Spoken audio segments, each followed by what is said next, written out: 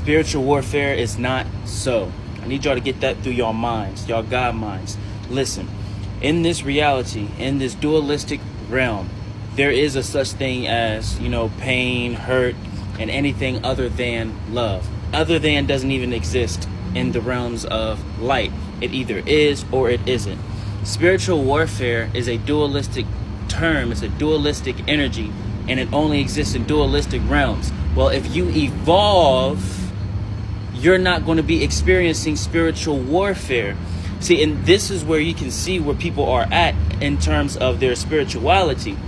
Some people would say, oh yeah, we fighting this and we fighting that, we fighting this. Well, if you understand how the ego works and what y'all call Satan and I call the ego, if you understand how it works, you will know that, if I play their game, if I affirm with my God-present eyes that something is there, so if I affirm that a war is present and we're fighting and we're battling, then that is so. We have basically been tricked and manipulated into believing these lower, dense beings' ideologies, and they understand that they don't have the power to will something into fruition or materialize an entire form of existence, so they depend on us, the God-present beings, to do so. And I'm telling you, stop affirming that there is a battle. Stop affirming that there is a spiritual war. If anything, we have already won, because the entire planet is taking a shift. This sun right here, this sun is not the same sun that we understood and seen when we was children. This sun is pure white. When I was learning from basically what y'all call like deities and things of that nature, and I was learning from all of these beings, one thing I understood is being a walking portal, knowing how to shift in between dimensions. That's one thing they taught me, but I quickly got out of that, because you have to be careful.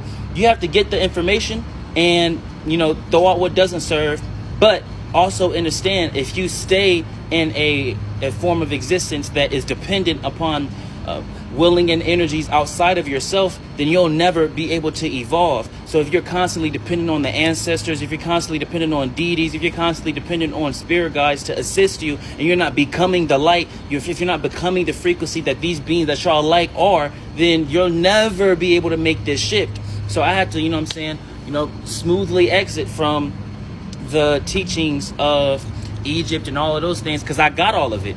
I embodied it. I am that which y'all call the prophets and all that extra stuff, whatever y'all deem as worthy information. I'm that, and you are too. For we are one. You have to become that energy. And I'm telling y'all, like, back when I was learning from like Ra and all of these beings and stuff like that,